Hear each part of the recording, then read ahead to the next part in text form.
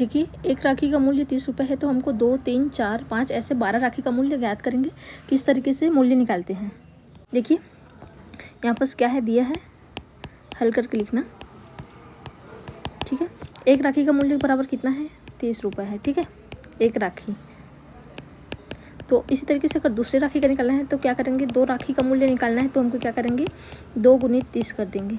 ठीक है, तो 3 दूनी 6, 60 रुपये हो जाएगा। ठीक है, इस तरीके से क्या होगा, 3 राखी लेते हैं तो उसका मूल्य को 3 गुणित 30 करेंगे।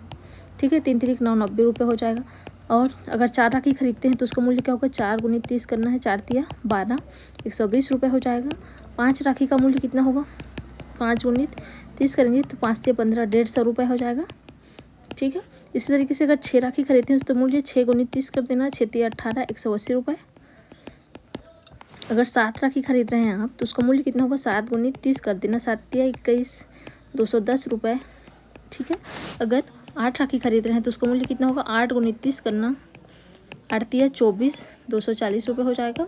अगर 9 राखी खरीदते हैं, ठीक है, तो उसका मूल्य 9 गुणित 30 कर देंगे तो 9 दूनी 18, 9 तिया 27, 270 रुपये होगा। ठीक है, अगर 10 राखी खरीदते हैं तो उसका मूल्य कितना होगा, 10 गुणित 30 करना, 10 तिया 30, मतलब 300 रुपये हो जाएगा। ठीक है, इसी तरीके से 11 नंबर का राखी खरीदते हैं तो उसका मूल्य होगा 11 गुणित 30 करेंगे तो हमारा जो मान आएगा वो आएगा 11 तिया 33, 330 रुपये। ठीक है, अगर 12 राखी खरीदते हैं 1 दर्जन, ठीक है, तो इसका जो मूल्य आएगा वो क्या आएगा, 12 गुणित 30 करना, तो 12 24 बढ़ती है 36, 360 रुपये। ठीक है, 1 दर्जन का। तो इस तरीके से निकाल सकते हैं गुना करके।